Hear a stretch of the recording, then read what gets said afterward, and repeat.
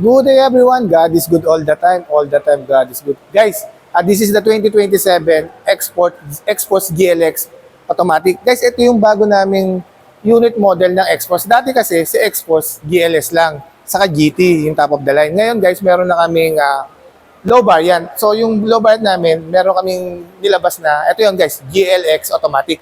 Tapos yung kulay na to guys, ito rin yung bagong kulay kay Xforce. Ito yung tinatawag natin na red metallic. Ngayon guys, ikutan natin. Papakita ko sa inyo yung difference ng exterior sa kanong mga interior ni Xforce GLX. Pero bago tayo tumuloy doon, banggitin ko lang yung SRP nito. Ang SRP nito ngayon guys is 1,049,000 pesos. Napakamura nun guys.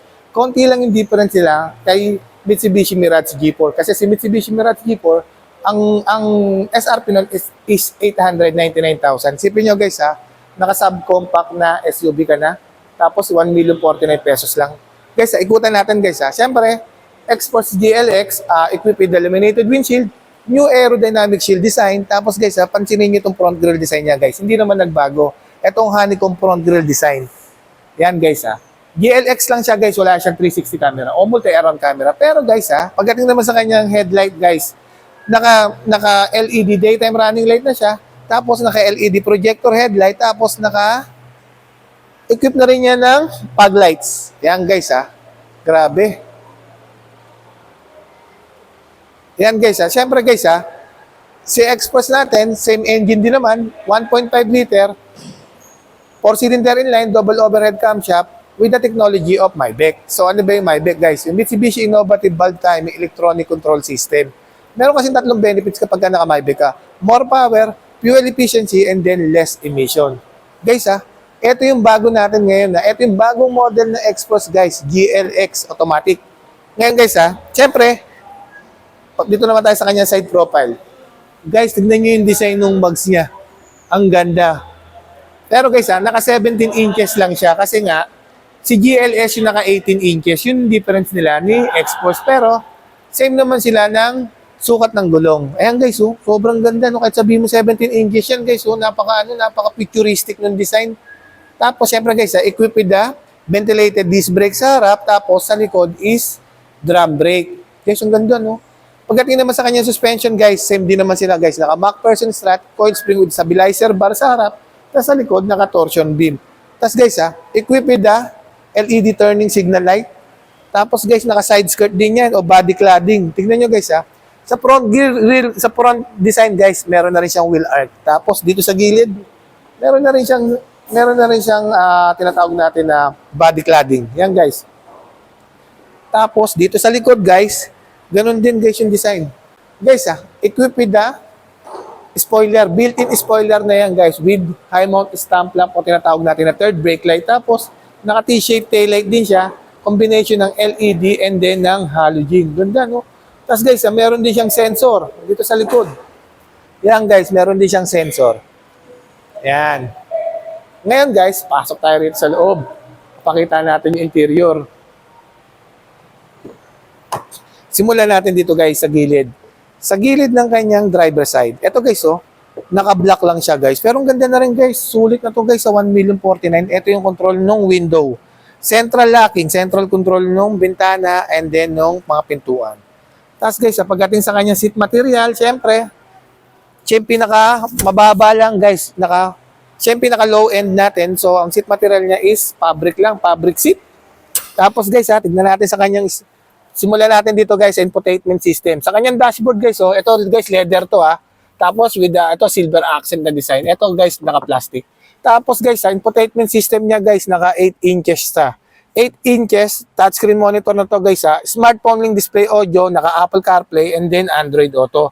Single zone auto climate control.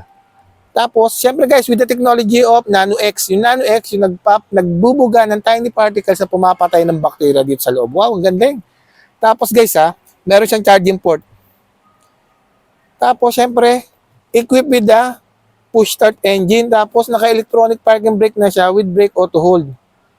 Diba guys, isipin mo guys, 1,049,000 pesos lang to guys. Konti na idadagdag nyo sa 899 ni Mirage G4. Naka-sub compact SUV ka na. Tapos guys, dito sa kanyang steering wheel, tilt and telescopic adjustment pa guys. Tilt and telescopic adjustment pa. Tapos siyempre dito sa kaliwa yung audio control, tapos dito sa kanan yung voice command, tapos ito yung control ng answering call. Guys wala siyang cruise control. Okay lang yung guys. Hindi naman natin kailangan yung yung cruise control lalo na kapag lagi naman tayo nasa city driving. Tapos guys, wala rin siyang yung 5 driving modes, yun din yung wala niya. Pero okay lang guys kasi 1,049,000 sobrang ganda. Tingnan nyo guys, dito sa kanyang ceiling guys, 'di ba, black design. Tapos dito may mirror. Ito guys, ayan yung dito yung ceiling niya. Ganda rin. Sobrang ganda rin ito. X-Force GLX to guys Muna tayo rito sa kanya. Guys, may center armrest Tapos may center armrest with cool box. Yung cool box guys, yung na-maintain niya yung lamig. Hindi naman siya nagpapalamig pero may maintain niya yung lamig. Tapos guys, ito yung kagandahan dito guys. Ayan merong aircon vent sa likod, sa ilalim sa tuhod. Yan guys, sobrang laking bagay niyan Ganda, di ba? Yan. Tapos guys, muna tayo rito sa kanyang second row. Tapos dito guys, sa kanyang second row guys, pakita lang natin, siyempre kung ano meron dito sa second row. May doom light, siyempre, unahin natin ceiling, may doom light. Tapos ito pinakamalaga guys, may aircon vent. Yan, may aircon vent dito sa second row. Tapos meron ding charging port. Type A and Type C. Ganda, grabe no. San ka pa? Tapos guys maluwag itong sobre. Ito yung second row. Pakita ko lang Pakita ko lang yung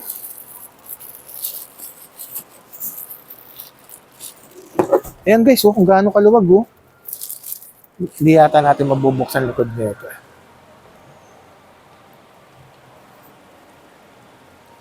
Napakaluwag guys. Ayan guys, di ba? Ang ganda ng likod. Napakaluwag guys.